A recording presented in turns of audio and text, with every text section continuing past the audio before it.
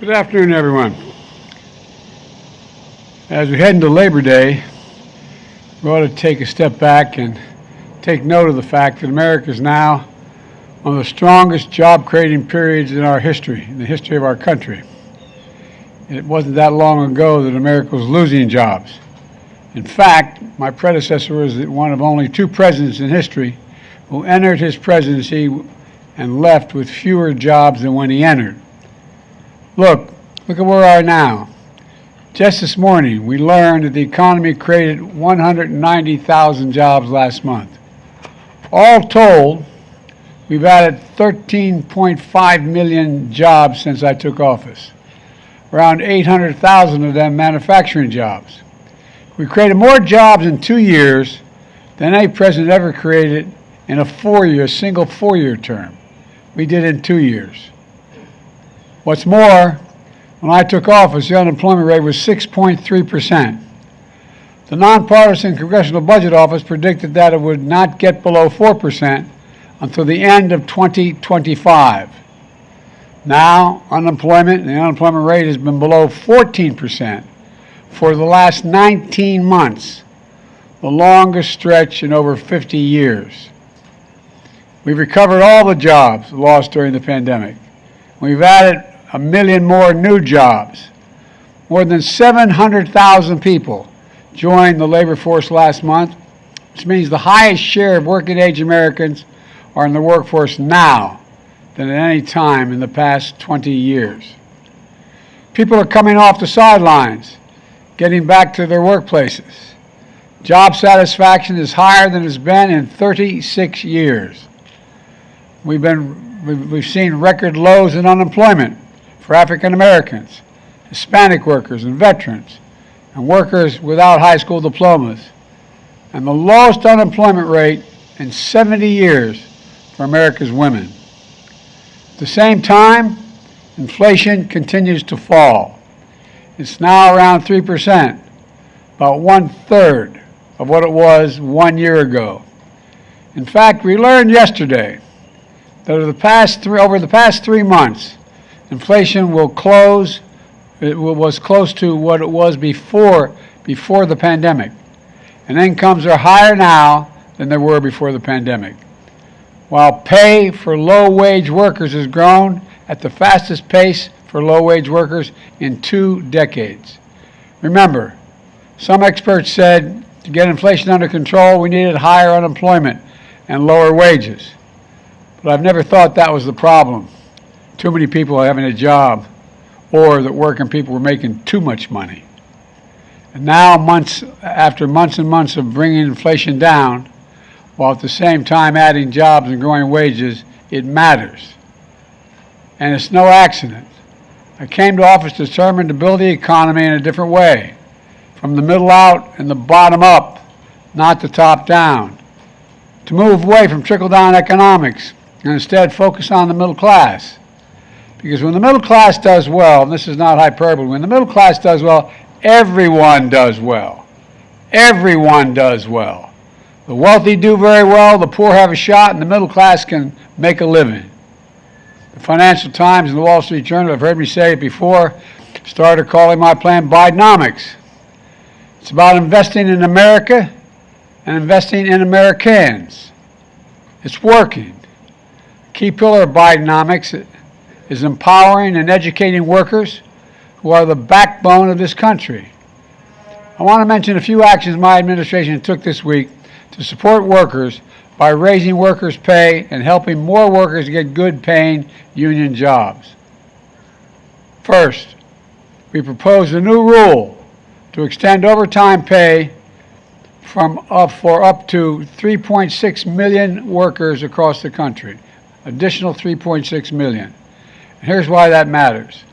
Until now, salary workers who were not paid by the hour were often not guaranteed overtime pay unless they made less than $36,568 a year. That was a threshold.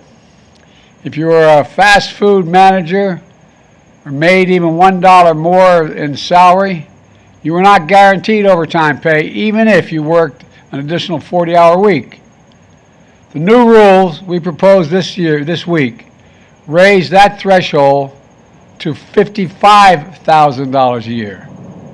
That means the mom in North Carolina who makes $37,500 a year as an executive assistant and sometimes works a 60-hour work week could now be guaranteed time and a half whenever she works over 40 hours in that week.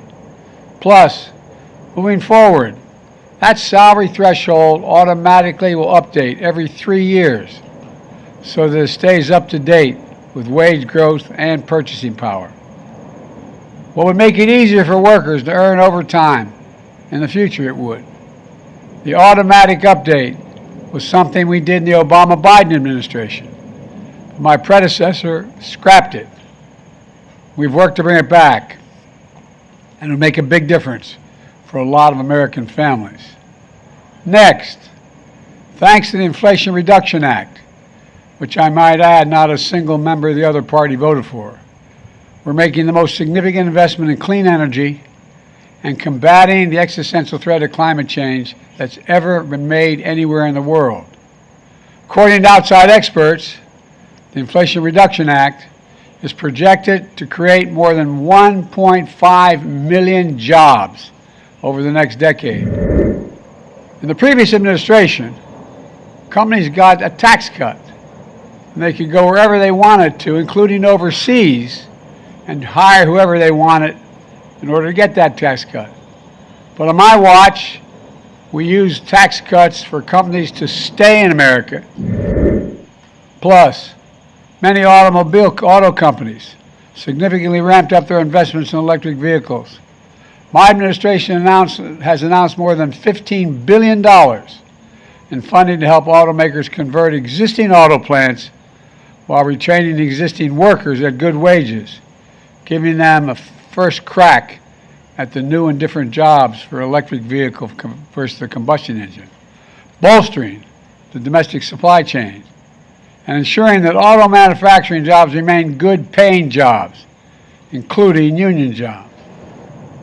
Plus, even workers who aren't in unions, even workers who have been laid off, see benefits from unions when they're strong, because unions raise standards across the workforce and industries, pushing up wages and strengthening benefits for everyone.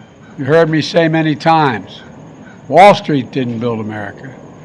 The middle class built America, and unions built the middle class. Let me close with this. We faced some pretty tough times in recent years. A pandemic that took more than 1 million of our friends and neighbors. 1 million fewer people sitting at our dining room or kitchen tables. People we raised and loved. People we grew up with. Gone. The worst economic crisis since the Great Depression. It wasn't that long ago that 20 million Americans were out of work. But the American people didn't give up.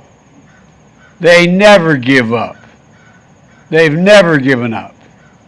And today we have the strongest economy in the world, the lowest inflation rate among the major economies, 13.5 million new jobs.